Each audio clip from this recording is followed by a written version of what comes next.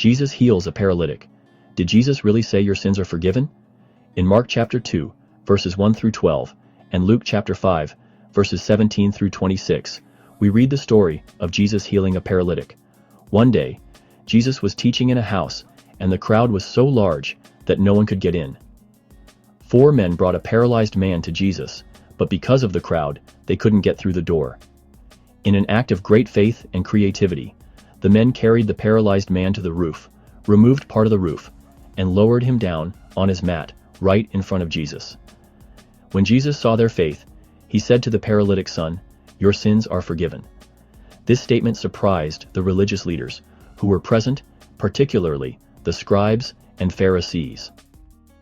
They questioned in their hearts, "Who can forgive sins but God alone?"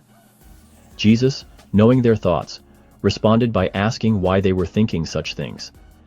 He then asked, "Which is easier to say to the paralytic, 'Your sins are forgiven,' or to say, 'Rise, take up your bed and walk'?" To show his authority to forgive sins, Jesus then told the paralyzed man to rise, take up his bed, and go home. Immediately the man got up, took his mat, and walked out in full view of everyone. The crowd was amazed and glorified, God saying, "We never saw anything like this."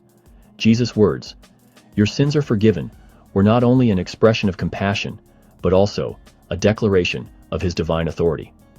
By forgiving the man's sins, Jesus was showing that he had the power to heal both physically and spiritually.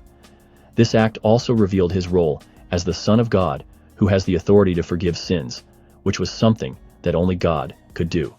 The story of Jesus healing the paralytic teaches us about the power of faith and the importance of forgiveness. It also highlights that Jesus is not only concerned with our physical well-being, but also with our spiritual condition.